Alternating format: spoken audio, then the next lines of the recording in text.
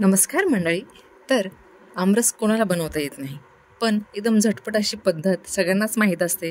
तर त्याच पद्धतीने आपण आज आमरस बनवणार आहोत. त्यामुळे व्हिडिओ नक्की बघा आणि हो, आपल्या चॅनलला नक्की सबस्क्राईब करा. हाय, हॅलो, नमस्कार. मी आनंदी अभिजित यूट्यूब चॅनलवरती तुम्हा सर्वांचं पुन्हा एकदा खूप खूप स्वागत.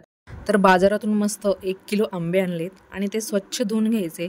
स्वच्छ धुवून झाले की कापडाने व्यवस्थित पुसून घ्यायचे, जेणेकरून त्याच्यामधलं जे पाणी वगैरे आहे किंवा लागलेलं पाणी आहे ते छानपैकी पुसलं जाईल. आणि जेव्हा आपण आंबा हा कापतो तेव्हा तो हातामधून निसटणार नाही आणि सुरी किंवा ज्या वस्तूने आपण कापणार आहोत ते आपल्या हाताला लागणार नाही. तर अशा पद्धतीने सर्व आंबे मी इथे कापडाने पुसून घेते. त्यानंतर डायरेक्ट एक मिक्सर घ्यायचं, मिक्सरचं भांडं घ्यायचं आणि जे आपण आंबे धुवून घेतलेले आहेत ते अशा पद्धतीने कापून डायरेक्ट त्याच्यामध्ये टाकून घ्यायचे. जर तुम्ही जास्त प्रमाणात बनवणार असाल तर अशा पद्धतीने तुम्ही केलं तर ही पद्धत खूप लेंदी होईल, पण 4 ते 5 लोकांसाठी ह्या पद्धतीने तुम्ही जर रस डायरेक्ट मिक्सरमध्ये बनवलात तर एकदम झटपट होईल, जास्त भांडे देखील भरणार नाही. आणि आता आंबा कापून आमरस बनवण्याची पद्धत तर आत्ताची झाली, पण सुरुवातीला किंवा आपल्या ज्या घरच्या बायका होत्या आधीच्या किंवा आजी असतील, पणजी असेल, त्या तर आंबा हा पिळून घ्यायच्या आणि त्यानंतर ती त्याचा रस काढायच्या. पण आता काय होतं की बऱ्याचशा मुलांना किंवा घरातल्या माणसांना तसा आमरस आवडत नाही, जेव्हा आपण तो पिळून घेतो किंवा हाताने भरलेल्या हाताने आमरस बनवतो. तर शक्यतो ते कोणी जास्त आता खात नाही. त्यामुळे अशा पद्धतीने जास्त हात न भरवतो आणि एकदम मस्त रीतसर असा आमरस बनवतो.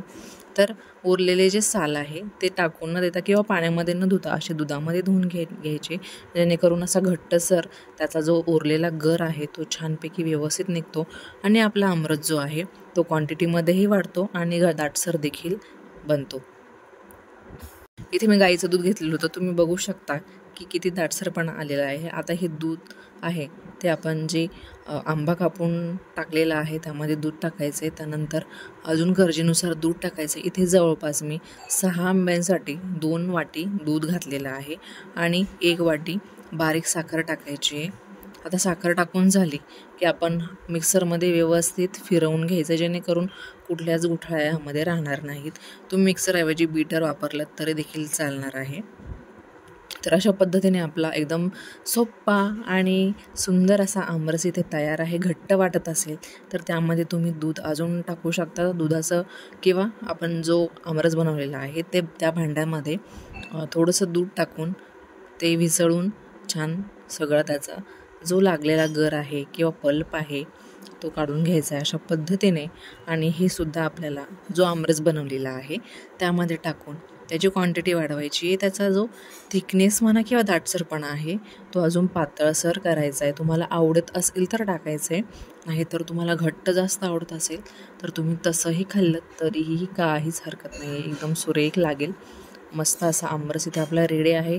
चला तर मग पटकन कसली वाट बघताय, पटकन आपल्या चॅनलला सबस्क्राईब करा. त्याचबरोबर व्हिडिओला लाईक करा, कमेंट करा आणि शेअरसुद्धा करा. तसं बघायला गेलं तर बऱ्याचशा पद्धती असतात आमरस बनवण्याच्या. तर तुम्हाला जी सोपे वाटेल, तुमच्या घरात जी पद्धत तुम्हाला सोपी वाटते ती तुम्ही नक्की ट्राय करू शकता. जास्त प्रमाणात असेल तर नक्कीच पिळून आमरस बनवला जातो. असं कापून जास्त वेळ पण जातो आणि थकायलाही होतं. पिळून आमरस बनवाल तर पटकन होतो, लवकर होतो. आणि हो, राहिला प्रश्न आमरस काळा पडण्याचा, तर दुधामुळे देखील पडतो. पण तुम्ही जर पटकन खाणार असाल तर दूध त्यामध्ये जास्त टाकलं तरी हरकत नाही. चला तर मग पुन्हा व्हिडिओ अशाच एका छान रेसिपीसोबत. तोपर्यंत छान खात राहा आणि हसत राहा.